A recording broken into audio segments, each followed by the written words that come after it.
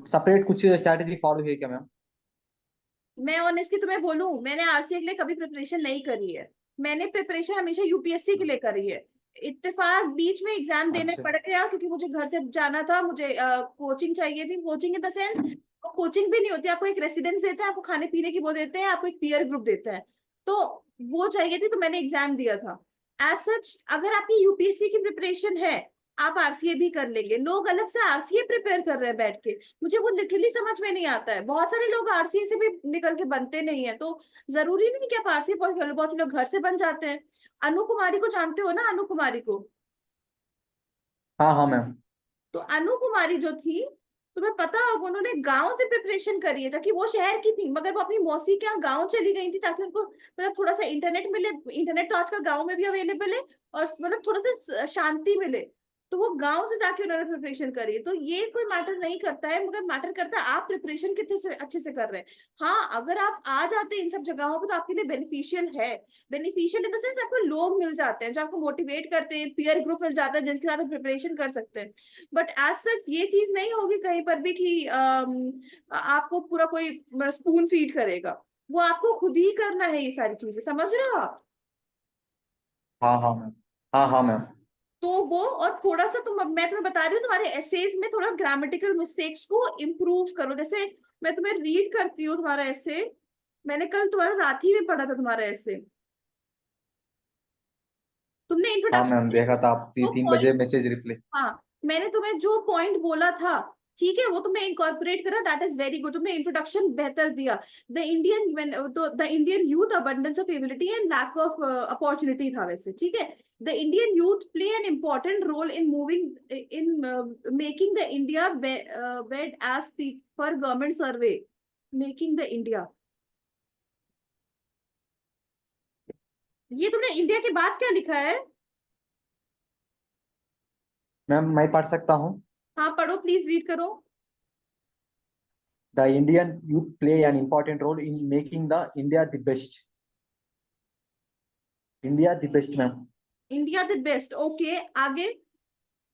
हाँ हाँ, as per government survey 2024, the India is the most populated country in the world, but most of them youth means more, yeah, populated country. Okay ma'am, 1 minute.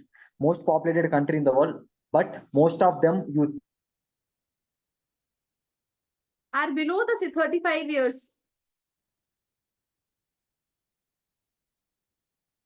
आप देख रहे हो ना आप, इसमें प्रॉब्लम क्या हो रही है? सेंटेंस क्लियर नहीं है। आप बताए, आपने जो डेटा दिया है इसी को मैं अभी चेंज करके, यही चीजें यूज करके, इस चीज को बहुत, जो आपने सोचा बहुत सही सोचा, बट आप इसको पेपर पे नहीं ला पा रहे हो, समझ रहे हो? आपकी सेंटेंसेस क्लियर नहीं है। आप भी ये चीज नोटिस कर रहे हो, देख रहे हो सेंटेंसेस?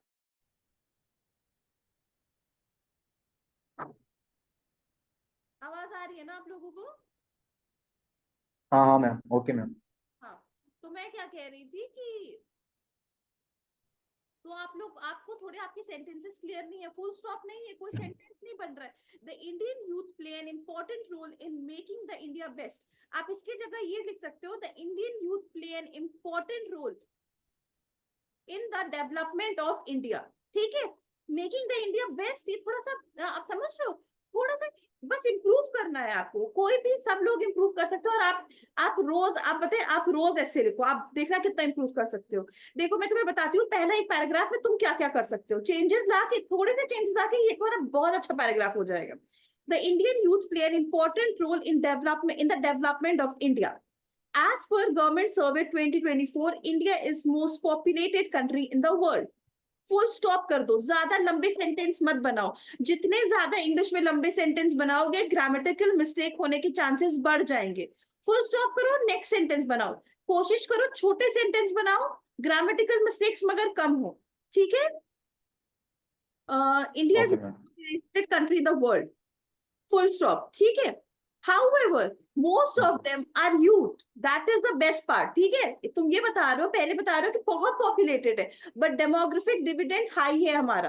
तो यहाँ पर डेमोग्राफिक डिविडेंड वर्ड यूज कर दोगे, एग्जामिनर थोड़ा, डेमोग्राफिक डिविडेंड का मतलब कुछ नहीं होता, यही होता है कि यूथ कितना है। तो जब ज्योग्राफी पढ़ोगे यस तो ma'am, division of population. Exactly तो तुम वहां पे देखो, तुम्हें पता है ये बात, तो तुमको इनकॉर्पोरेट करो। और ये ऐसा नहीं है तुम्हारी इसमें कोई गलती नहीं है, तुम जब रोज करोगे ये सारी चीजें, रोज पढ़ोगे, रोज लिखोगे, तो तुम्हें खुद आइडियाज आएंगे, अच्छा मैं इसकी जगह भी ये लिख दूंगा तो मेरा ऐसे इंप्रूव हो जाएगा, एनहांस हो जाएगा, लगेगा कि हाँ ना, समझ रहे हो। तो ये सारी चीजें थोड़ी इंप्रूव करो। कंटेंट है इसमें, बट तुम अपने आप को एक्सप्रेस नहीं कर पाए ढंग से, ठीक है। और 66% 35 ईयर्स के बिलो है, ठीक है, full stop. They are helping the country, they are helping in strengthening the country. तुम इतना वैसे मत लिखो, दे आर, बस इतना लिखो, they help in strengthen the country, ऐसे करके कर दो, ठीक है। Because they are the young okay generation ma'am. who are going to engage in different sectors, so it is dependent, नहीं ऐसे मत लिखो, ये लिखो, they are the young generation who are capable of going into different fields। अगर इसमें human resource invest करा जाए, यहीं पर तुम ह्यूमन कैपिटल की बात कर दो। ह्यूमन कैपिटल पता है आप लोगों को, अनम आपको पता है ह्यूमन कैपिटल क्या होता है? No ma'am. देखो, एक चीज होती है कैपिटल, कैपिटल का मतलब पैसा होता है, कैपिटल ये वाला कैपिटल मत पूछ सोचना कि दिल्ली का ये इंडिया का कैपिटल दिल्ली। कैपिटल का मतलब पैसा होता है, ठीक है। अब ह्यूमन कैपिटल का मतलब होता है, ह्यूमन कैपिटल जो ह्यूमन हमारे लिए रिसोर्सफुल है। एक होता है ह्यूमन जो डिपेंडेंट है, जिन पे आपने पैसा खर्च नहीं करा है एजुकेशन और दवाइयों पे। मतलब आपको कहा जाता है जब ह्यूमंस पे आप पैसा खर्च करते हो, उनको एजुकेट करते हो, उनको स्किल देते हो, तो वो आपके लिए ह्यूमन कैपिटल बन जाते हैं। वो क्या बन जाते हैं? आपके लिए ह्यूमन एसेट बन जाते हैं। आप खुद देखो हमारी कंट्री में जो डॉक्टर होगा, इंजीनियर होगा, जो हमारी कंट्री को ग्रो करने में हेल्प कर रहा है, तो दैट इज ह्यूमन कैपिटल। वरना जो पढ़े लिखे लोग नहीं है, तो आप कहते हैं कि वो वेस्ट है, मतलब ऐसा कहना नहीं चाहिए, बट द रियलिटी है ये, ठीक है। तो समझ में आए, ह्यूमन कैपिटल ये होते हैं जो मतलब एसेट होते हैं, ह्यूमन जो एसेट है, जिनके पास एजुकेशन है। तो इसीलिए कहा जाता है कि ह्यूमन को ह्यूमन कैपिटल बनाने के लिए उनपे आपको एजुकेशन और हेल्थ पे इन्वेस्ट करना पड़ेगा। और वो कौन करेगी? गवर्नमेंट करेगी। अगर अगर आप एजुकेशन और उनकी हेल्थ पे इन्वेस्ट करेंगे, हम सब हेल्दी रहेंगे, मतलब फिट रहेंगे, किसी बीमारी से फ्री रहेंगे, हम सब एजुकेटेड रहेंगे, हम सब स्किल्ड रहेंगे, तो हम ह्यूमन कैपिटल बनेंगे। तो हम फिर कितनी भी पॉपुलेशन हो जाए, हम, आप समझ रहे हो, तो हम अपनी कंट्री को आगे बढ़ा सकते हैं, ग्रोथ कर सकते हैं, एंटरप्रेन्योर बन सकते हैं, डॉक्टर बन सकते हैं, काम कर सकते हैं, तो उससे हमारे कंट्री में पैसे आएंगे। तो that is what human capital is. तो यहाँ पर आप ह्यूमन कैपिटल का कॉन्सेप्ट लाओगे नायाब, ठीक है, समझ में आई बात? कहाँ गया आपका? हाँ मैम। तो आपको अभी देखो, इंट्रोडक्शन हमने डिस्कस किया है, आपके पॉइंट्स थे, मगर पॉइंट्स में आपको क्या क्या इंप्रूव करना है? एक तो ग्रामेटिकल मिस्टेक्स मत करो, और ग्रामेटिकल मिस्टेक्स करने का सबसे अच्छा और क्लियर सेंटेंस बनाओ। छोटे सेंटेंस बनाओ, क्लियर सेंटेंस बनाओ, बड़े बड़े मत बनाओ, ठीक है। तो थोड़ा इंप्रूव करो, ग्रामर मत मिस्टेक करो, ग्रामर की मिस्टेक नहीं करना, ठीक है। थोड़ा देखो ये सारी चीजें। और उसके बाद हम डिस्कस कर रहे थे, अनम आपने भेजा है इसे? मैम इससे मैम में वन अभी डाउट, वन स्मॉल। क्या हाँ कहना जी, है? कंटिन्यू। मैम अभी तो हम ऐसे लिखना ना मैम, बीच में कुछ कलर पेन यूज कर सकते हैं मैम। नहीं नहीं, कोई जरूरत नहीं है, पर वो स्कूल का कंपटीशन नहीं चल रहा है वहां पर कि आप मतलब समझ रहे हो कि वो आपकी कलर पेन, आप एक पेन से लिखो, वहां पर इतना वक्त ही नहीं होता नायाब। आपको पता है मैं इतनी जल्दी लिखती हूँ कि मतलब अभी जेएनयू का भी क्लास में एग्जाम हुआ, स्कूल में, बोर्ड्स में, पता है आधे घंटे पहले मेरा एग्जाम खत्म हो जाता है हर जगह, क्योंकि मैं बहुत जल्दी लिखती हूँ।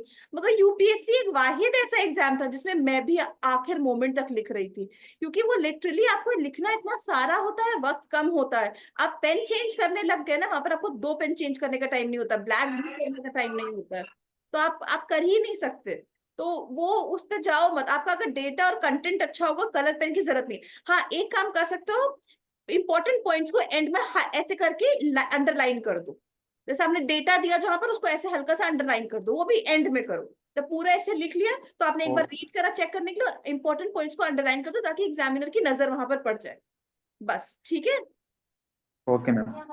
Okay ma'am. हाँ, मैम अनम अब वाला ऐसे, हाँ मैं रात तक भेज दूंगी, कर ओके, नहीं पाई। ठीक है। तो आप करने अभी भी जो पॉइंट सुने उनको भी कोशिश करना कि उसको इनकॉर्पोरेट करो, ठीक है। अच्छा हाँ ठीक। अनु, हम लोग की तो वैसे 25 से प्रॉपरली हम लोग क्लास स्टार्ट करेंगे। ये तो जल्दी जल्दी वाली ऐसी रिवीजन क्लास करा रहे हैं ताकि नायाब को थोड़ा एग्जाम के लिए जरूरत है, तो आप लोगों को मैंने सोचा आप लोग भी थोड़ा देख लोगे। 25 से हम थोड़ा हाँ हाँ बेसिक से पढ़ेंगे, तो इतना डरना मत कि अच्छा क्या पढ़ रहे हैं हम लोग बेसिक से पॉलिटी से स्टार्ट करेंगे 25 से। ठीक। ठीक है, चलो आज का थोड़ा देख लेते हैं, रिवाइज कर लेते हैं, चीजें थोड़ी बहुत पढ़ते हैं।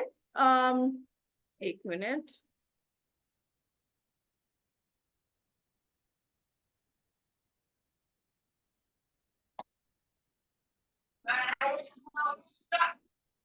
ठीक है, तो चलो एक मिनट।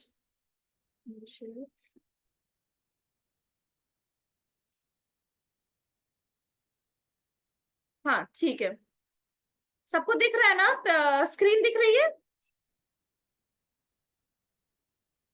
हाँ मैम। हम दिख रही है पर थोड़ा छोटा दिख रहा है। एक मिनट, अब दिख रही है स्क्रीन?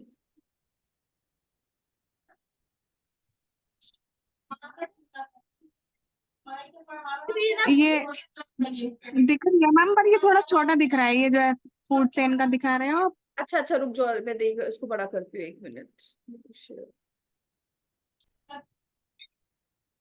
एक मिनट और रुक। आपकी 2000 ये हेलो, हाँ बोलो, जल्दी बोलो, मेरी क्लास चल रही है।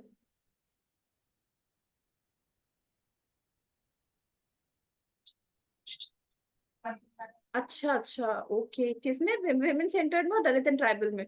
अच्छा, तुम हम तुम्हें कितनी देर में कॉल करें? आधे घंटे में कॉल करें मेरी क्लास खत्म करके? ठीक है ठीक है ठीक है ठीक है, अल्लाह हाफिज।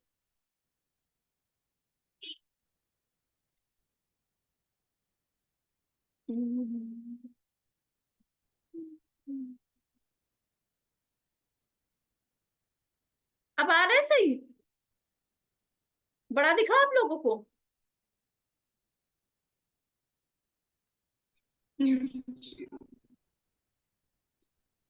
हाँ पहले से अभी बड़ा ओके दिख रहा मैम। है थोड़ा। ओके ठीक है, तो बेसिकली देखो हम क्या पढ़ेंगे अभी, फूड चेन के बारे में पढ़ेंगे, फूड वेब के बारे में पढ़ेंगे। तो फूड चेन और फूड वेब पे आपको डिफरेंस पता होना चाहिए। तो पता है किसी को कोई फूड चेन और फूड वेब में डिफरेंस क्या है?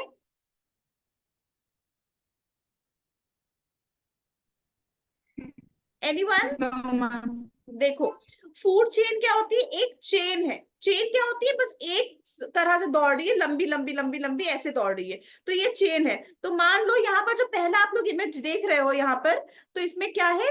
फूड चेन में देखो, सबसे पहले क्या है? बर्ड है, ठीक है, सॉरी, यहाँ पर ग्रास है, ग्रास से स्टार्ट हो रही है ये फूड चेन, ठीक है, ग्रास है। ग्रास क्या है? प्रोड्यूसर है, ठीक है। ग्रास को कौन खाता है? ग्रास हॉपर खाता है, ठीक है।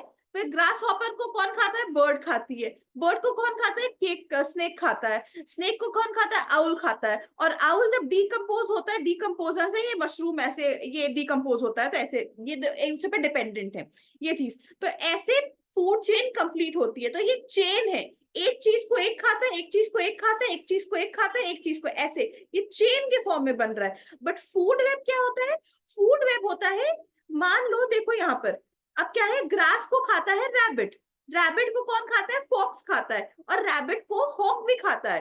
तो ये चेन नहीं बन रही है, ये वेब बन रहा है। इसमें एक चीज पे को एक ही इंसान नहीं, मतलब एक इंसान, सॉरी, एक ही ऑर्गेनिज्म नहीं खा रहा है, दो ऑर्गेनिज्म भी है, फिर दूसरे ऑर्गेनिज्म ऐसे ऐसे ऐसे ऐसे, तो जाला बन रहा है, वेब बन रहा है। तो एक चीज एक से कनेक्टेड नहीं है, एक चीज मल्टीपल ऐसे से कनेक्टेड है। तो ये जो ऐसे बन रहा है ना, जाला टाइप बन रहा है, तो उसको जाले ही को वेब कहते हैं, मकड़ी के जाले को वेब कहते हैं, तो इसीलिए इसका नाम पड़ा है फूड वेब। तो फूड चेन और फूड वेब में यही डिफरेंस है। फूड चेन एक लीनियर है कि एक चीज फिर दूसरी चीज उसको क्या खाती है, फिर क्या ऑर्गेनिज्म क्या खाता है, ऐसे ऐसे करके चेन बन रही है। फूड वेब में मल्टीपल ऐसे ऐसे ऐसे जा रहे हैं कि इसको रैबिट को ये फॉक्स भी खाता है तो हॉक भी खाता है, फिर हॉक स्नेक खाता है, ऐसे करके मतलब मल्टीपल चीजें एक दूसरे पे डिपेंडेंट है। तो ये वेब बनता है जिसको जाला कहते हैं। समझ रहे हो? आया समझ में ये फूड वेब और फूड चेन में डिफरेंस? Yes ma'am. अब हम नेक्स्ट टॉपिक जो पढ़ने जा रहे हैं, इकोलॉजिकल पिरामिड्स। इससे यूपीएससी में क्वेश्चंस आते हैं, तो इसको बहुत इंपॉर्टेंट है, नोट कर लेना। एक मिनट शामी आइए, इसको ऐड कर लेती हूँ। हाँ,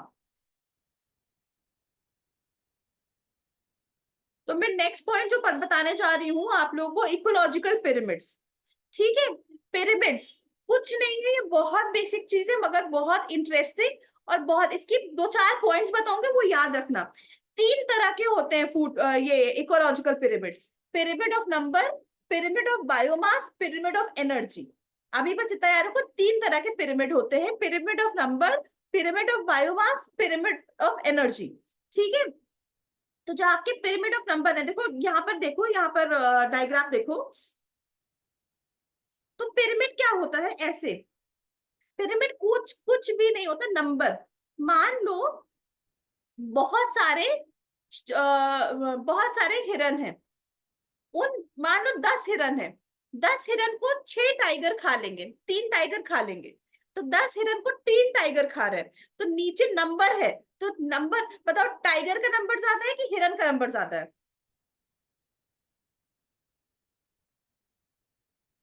बताओ, जल्दी बताओ। हिरन का मैम, नंबर ज्यादा है ना हिरन, यहाँ पर 10 हिरन हिरन। का मैम। ठीक है, और ऊपर यहाँ पर देखो छोटा फिर बनेगा, क्योंकि टाइगर के नंबर कम है, तो ये नंबर के हिसाब से पिरामिड बन रहा है। कौन किसको ऐसे खा रहा है, एनर्जी कैसे जा रही है, एनर्जी का पिरामिड, वो क्या बोलते हैं, कैसे ये ट्रांसफर हो रही है चीजें, तो उस हिसाब से ये पिरामिड बनता है। तो ऊपर की तरफ छोटा भी होता जाता है। तो जो क्या बोलते हैं पिरामिड ऑफ नंबर है, वो 2 तरह का होता है। एक तो होता है इन्वर्टेड, एक होता है अपराइट। तो ये वाला जो है ये अपराइट है, ऐसे होता है, ये अपराइट कहते हैं। इसे क्या कहते हैं? अपराइट। मतलब ये नीचे चौड़ा है, ऊपर छोटा होता जा रहा है। और पॉन्ड्स में मतलब क्या होता है, मछलियों में ये बड़ा होता है, नीचे छोटा होता है, ऊपर बड़ा होता जाता है। तो ये होता है इन्वर्टेड। ठीक है, तो 2 तरह के होते हैं, पिरामिड ऑफ नंबर और pyramid of energy.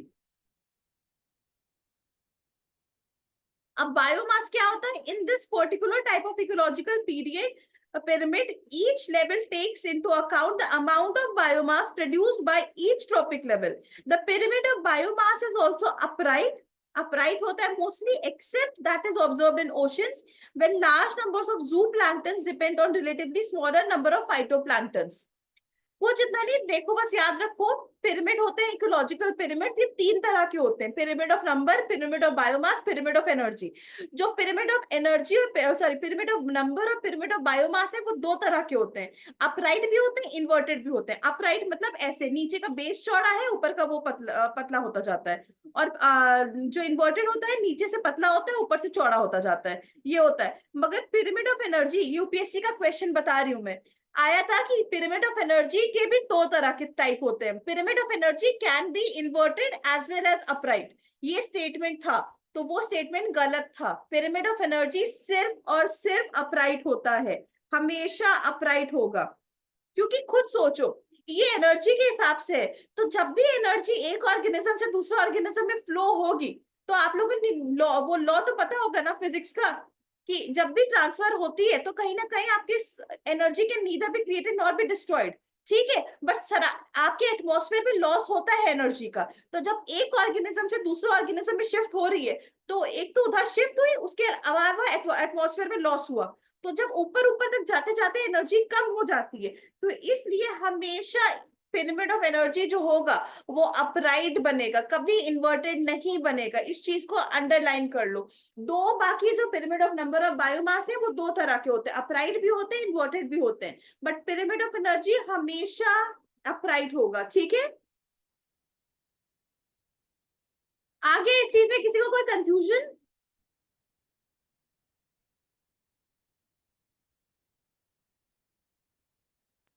No ma'am. Okay, अब आ जाता है बायो एक्यूमुलेशन, बायो मैग्निफिकेशन। इन दोनों में डिफरेंस भी आता है, और ये यूपीएससी के ये भी बहुत इंपॉर्टेंट और बहुत फेवरेट टॉपिक्स है। देखो इसमें ये जो मेरे नोट्स वाले पार्ट है ना, इसमें मोस्टली वही टॉपिक्स हैं जो यूपीएससी में आए हुए हैं, जो इंपॉर्टेंट टॉपिक्स हैं। ठीक है, तो इसलिए बायो एक्यूमुलेशन और बायो मैग्निफिकेशन, बायो एक्यूमुलेशन और मैग्निफिकेशन में बस छोटा सा अंतर है।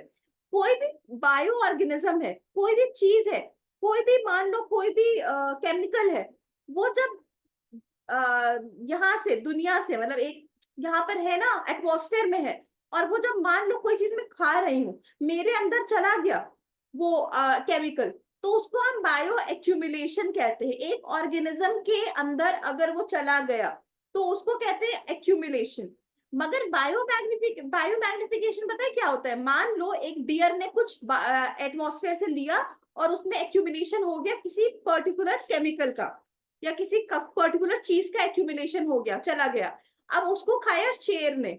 अब शेर के अंदर भी वो चीज गई क्योंकि शेर ने हिरण को खाया, ठीक है, और शेर के अंदर वो बढ़ती गई क्योंकि बायोमैग्निफिकेशन ऐसे होता है, मैग्नीफाई हो रही है चीजें और फिर ऐसे ऊपर ऊपर तरफ बढ़ता जाता है। तो इस चीज को कहते हैं बायोमैग्निफिकेशन। एक्यूमुलेशन का मतलब है वो बाहर से एक ऑर्गेनिज्म के अंदर आ रहा है। मैग्निफिकेशन का मतलब है एक ऑर्गेनिज्म से ऊपर और ऑर्गेनिज्म में जाता जा रहा है। तो बायोमैग्निफिकेशन वो होता है। और बायोमैग्निफिकेशन की 4 कंडीशंस होती हैं कि ऑर्गेनिज्म कैसा होना चाहिए। ये बात याद रखना, जो भी जो पॉल्यूटेंट जो भी है ना, वो 4 कंडीशन होती है। लॉन्ग लिव्ड होना चाहिए, मोबाइल होना चाहिए, सॉल्युबल इन फैट्स होना चाहिए, बायोलॉजिकली एक्टिव होना चाहिए। ये क्या 4 चीजें हैं? देख सुनना, 1 मिनट, स्टॉप शेयरिंग। हाँ, ठीक है। ये क्या 4 चीजें हैं? क्या क्या होनी चाहिए? सबसे पहले मैंने क्या बोला आप लोगों को कि क्या होना चाहिए? वो पॉल्यूटेंट जो एंटर कर रहा है बॉडी में, कोई भी पॉल्यूटेंट है, कोई भी केमिकल पॉल्यूटेंट है, वो मेरी बॉडी में एंटर कर रहा है ऐसे बाहर से, तो उसको हम क्या कहेंगे? Bio accumulation. बट मेरी बॉडी से किसी और की बॉडी में ऐसे जा रहा है, मान लो मुझे कोई शेर खा ले रहा है, तो वो शेर की बॉडी में चला जा रहा है, ऐसे डिफरेंट डिफरेंट ऑर्गेनिज्म में चला जा रहा है, उसको बायोमैग्निफिकेशन कहते हैं। तो ये जो पॉल्यूटेंट है ये कैसा होना चाहिए कि बायोमैग्निफिकेशन होना चाहिए होए? ऐसे के लिए 4 कंडीशंस हैं। क्या क्या कंडीशंस हैं ये बताओ मुझे। देखो, सबसे पहले होता है बायोमैग्निफिकेशन में कि वो जो होना चाहिए वो लॉन्ग लिव्ड होना चाहिए, मतलब उसकी जिंदगी बहुत ज्यादा होनी चाहिए। ऐसे नहीं कि केमिकल है जो खत्म हो जाए जल्दी, जो उड़ जाए हवा में, ऐसे कुछ हो गया खत्म हो गया, नहीं, वो केमिकल लॉन्ग लिव्ड होना चाहिए। दूसरी कंडीशन है कि वो मोबाइल होना चाहिए। मोबाइल का मतलब बस सिंपल ये होता है जो मूव कर जाए, ऐसा नहीं। मोबाइल का मतलब होता है मूव करने वाली चीज, ऐसा नहीं कि एक जगह बैठी हुई है, एक जगह स्टिल है, वो चीज नहीं। मोबाइल मतलब मूव करती हुई चीज, तो उसको कहते हैं मोबाइल। तो वो मोबाइल होनी चाहिए। तो पहले सबसे पहले क्या होना चाहिए? वो लॉन्ग लिव्ड होना चाहिए, मोबाइल होना चाहिए, सॉल्युबल इन फैट्स होना चाहिए, सॉल्युबल इन वाटर नहीं होना चाहिए। अगर वो सॉल्युबल इन वाटर होगा तो वो बॉडी से यूरिनेशन के थ्रू या किसी और चीज के थ्रू निकल जाएगा बॉडी से बाहर। मगर अगर सॉल्युबल इन फैट्स होगा वो फैट में घुल के दूसरे ऑर्गेनिज्म में ट्रांसफर होगा। तो सॉल्युबल इन फैट्स होना चाहिए, सॉल्युबल इन वाटर नहीं होना चाहिए। इसकी कंडीशंस ये पूछी गई थी और सॉल्युबल इन वाटर लिखा था, तो ये बात याद रखना। और उसके बाद क्या होना चाहिए? कैन बायोलॉजिकली एक्टिव होना चाहिए। तो ये 4 कंडीशन याद रख लो। बायोलॉजिकली इनएक्टिव नहीं, बायोलॉजिकली एक्टिव होना चाहिए वो। तो पॉल्यूटेंट्स अगर बायोमैग्निफाई होते हैं तो उसकी 4 कंडीशंस हैं। बताओ अनम, बताओ 4 कंडीशंस बायोमैग्निफिकेशन के होने के लिए।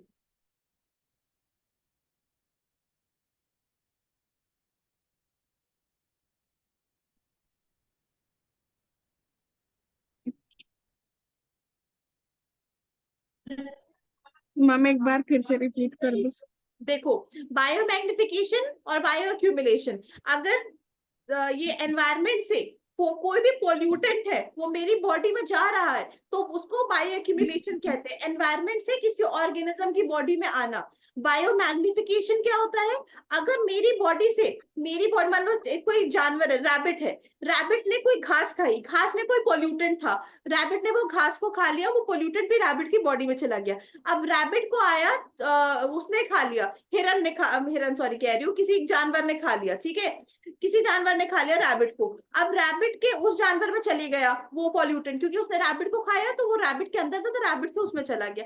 अब उस जानवर को शेर ने खा लिया तो अब वो शेर के अंदर भी चला गया। तो ऐसे मैग्नीफाई हो के वो पॉल्यूटेंट ऊपर तक पहुंच गया, तो उसको बायोमैग्निफिकेशन कहते हैं। अब वो पॉल्यूटेंट कैसा होना चाहिए कि वो बायोमैग्निफाई हो? तो उसके 4 कंडीशन है। सबसे बड़ी है लॉन्ग लिव्ड, मतलब उसकी लाइफ बहुत लंबी होनी चाहिए, वो लंबी लाइफ होनी चाहिए उसकी। समझ में आई बात? हाँ। ओके, ठीक है, लॉन्ग लिव्ड होना चाहिए। दूसरा उसका कंडीशन क्या है कि वो सॉल्युबल इन फैट होना चाहिए। तीसरा हाँ। कंडीशन है मोबाइल होना चाहिए। उसका चौथा उसका कंडीशन है कि वो बायोलॉजिकली एक्टिव होना चाहिए। ठीक है, ओके। तो ये हो गया हमारा ये। उसके बाद हम पढ़ने जा रहे हैं biotic interaction. Ma'am one small doubt. हाँ बोलो। Ma'am, once bioaccumulation is take place, automatically biomagnification will spread ना मैम? नहीं, जरूरी नहीं, वही तो कंडीशन बताई ना। अगर मान लो बायोअक्यूमुलेशन हो गया, मान लो रैबिट ने कुछ खा लिया, मगर वो जो पोल्यूटेंट था वो लॉन्ग लिव्ड नहीं था, उसकी ज्यादा जिंदगी नहीं था, वो रैबिट की बॉडी में जाके डिसॉल्व हो गया, या रैबिट का यूरिनेशन के थ्रू निकल गया, वो मान लो सॉल्युबल इन वाटर था, तो वो रैबिट के यूरिनेशन के थ्रू निकल गया, तो फिर तो वो खत्म हो गया वहीं पर। तो जरूरी नहीं बायो में एक्यूमुलेशन के होने के बाद बायोवेरिफिकेशन जरूरी हो, ऐसा नहीं है। तो उसकी कंडीशन है ये चार। Okay ma'am. अगर वो पोल्यूटेंट ऐसा चारों उसकी कैरेक्टरिस्टिक्स होंगे, तब बायोमैग्निफिकेशन होगा। ठीक है। Ma'am depend upon the pollution it will take place ना मैम? एग्जैक्टली, पोल्यूटेंट पे डिपेंड करेगा, वो पोल्यूटेंट की कैरेक्टरिस्टिक क्या है। तो मैं पोल्यूटेंट के ही चारों कैरेक्टरिस्टिक, लॉन्ग लिव्ड होना चाहिए, सॉल्युबल इन फैट होना चाहिए, बायोलॉजिकली एक्टिव होना चाहिए, और मोबाइल होना चाहिए। ठीक है। Okay ma'am. ओके। अब बायोटिक इंटरैक्शन पढ़ने जा रहे हैं। बायोटिक इंटरैक्शन म्यूचुअलिज्म होता है, कमेंसिलिज्म होता है, अमेंसिलिज्म होता है, कंपटीशन होता है, प्रिडेशन होता है, पैरासिटिज्म होता है। सुन के क्या सोचने लगोगे भैया ये सब क्या है? कुछ नहीं है, बहुत बहुत बहुत बहुत इजी है। ठीक है। म्यूचुअलिज्म, म्यूचुअलिज्म का मतलब होता है कुछ ऐसा, कोई दो ऑर्गेनिज्म है, ठीक है, दोनों को एक दूसरे से कोई फायदा हो रहा है, तो दैट इज म्यूचुअलिज्म। कोई म्यूचुअल इंटरैक्शन हो रहा है, तो दैट इज बायोटिक इंटरैक्शन का मतलब बेसिकली यही है कि, एक मिनट,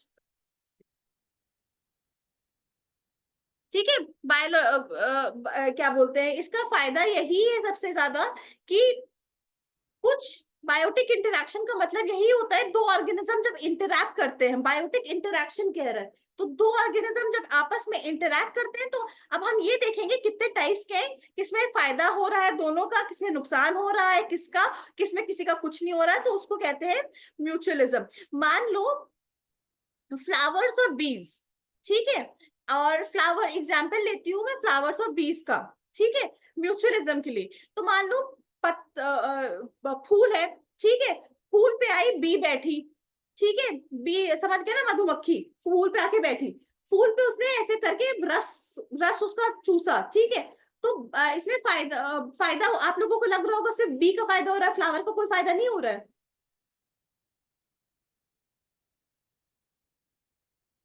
है ना? आप लोगों को ऐसे No ही मैम, लग there is रहा a है। take place of pollination।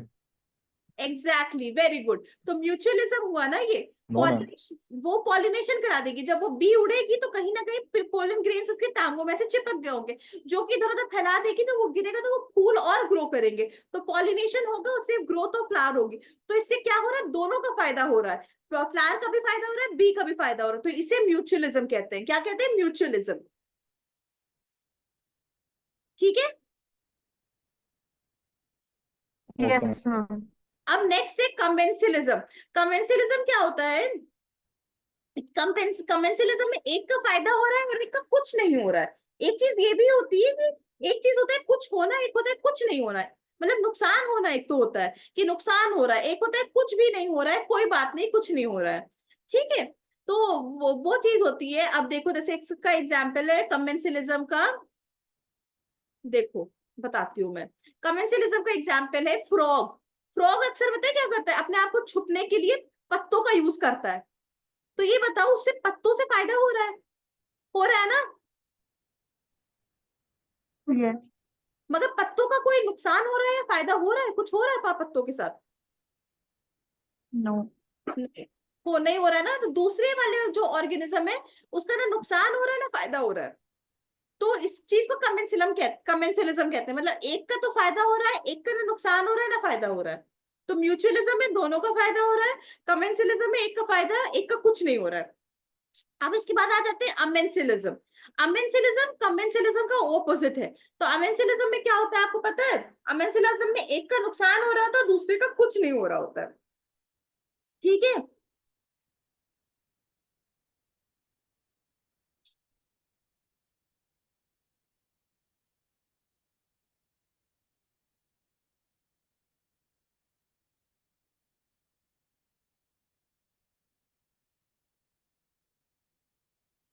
Amensalism के एग्जाम्पल देख लेते हैं। एंटीबायोटिक इस type of working antibiotic same, ठीक है। अमेंसिलिज्म बेसिकली कमेंसिलिज्म को ऑपोजिट, इसमें एक का नुकसान हो रहा है, एक का फायदा कुछ नहीं हो रहा है, तो ये होता है अमेंसिलिज्म। तो अमेंसिलिज्म दो स्पीशीज का हो जाता है, जिसमें एक का डिस्ट्रॉय हो रहा है, एक का कुछ नहीं हो रहा है। तो इसका ग्रेजिंग कैटल और इंसेक्ट्स एग्जाम्पल है अमेंसिलिज्म के, जिसमें कैटल को when cattle grazes in grass, bird eats the insect but the cattles are unharmed. ठीक है, कोई इतना मतलब ये बस ये एक है एग्जाम्पल कि जब कैटल ग्रास ग्रेस करती हैं तो बर्ड जो होती हैं वो कैटल से इंसेक्ट्स को खा लेती हैं। तो बस यही है, और इसमें कैटल को कोई हार्म नहीं होता है, मगर बर्ड को फायदा होता, बर्ड का नुकसान होता है, इंसेक्ट्स का नुकसान होता है। तो ये कैटल्स और इंसेक्ट्स का है अमेंसिलिज्म। उसके बाद कंपटीशन, कंपटीशन में दोनों का नुकसान है, खुद ही नाम सोच के समझ लो, कंपटीशन में दोनों का नुकसान है। क्या है कंपटीशन में? दोनों का नुकसान।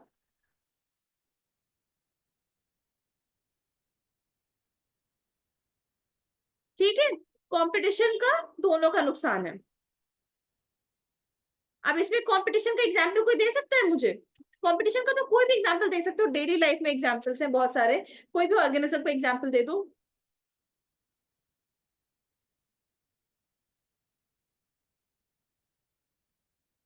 वो कहावत सुनी है, दो बंदा क्या बोलते हैं, दो किसी चीज की उसकी लड़ाई में बंदर का फायदा, ऐसा कुछ होता है ना?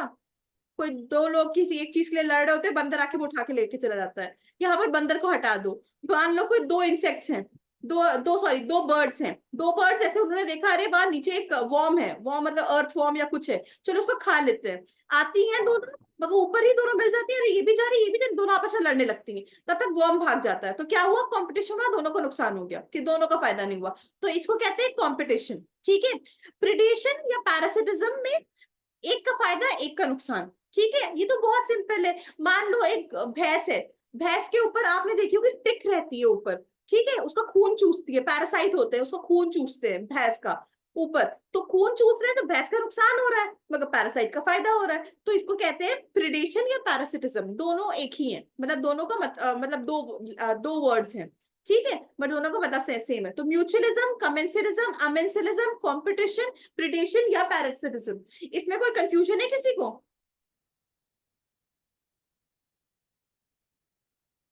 मैम पैरासिटिज्म बताना है तो। पैरासिटिज्म में क्या है, जैसे भैंस है मान लो, ठीक है, भैंस के ऊपर देखो कि टिक होती है।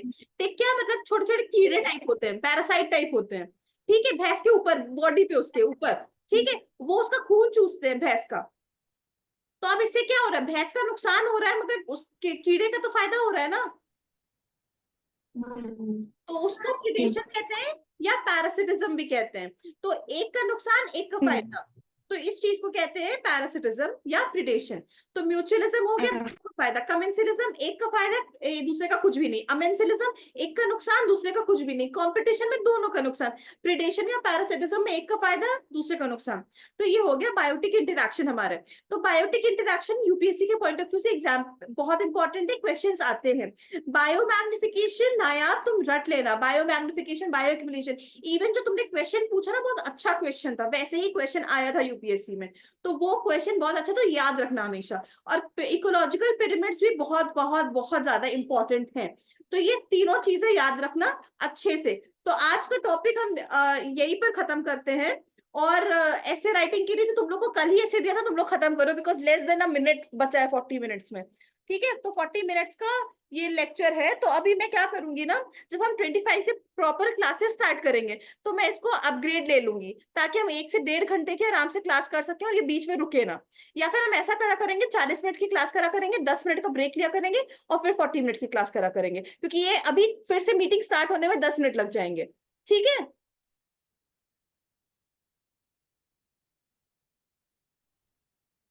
आ गई ना सबको बात समझ में? हाँ मैम। हाँ, तो मधुस्मिता भी आज नहीं आ पाई है, वो हॉस्पिटल में है, उसको डॉक्टर के यहाँ जाना था। तो उसने मुझे इन्फॉर्म किया। शामिया भी अभी शायद ज्वाइन करा, तो उसमें कुछ प्रॉब्लम चल रही तो नहीं ज्वाइन कर पाई है। तो इतना तुम लोग कर लेना। और बाकी नायाब मैं आपको कॉल करके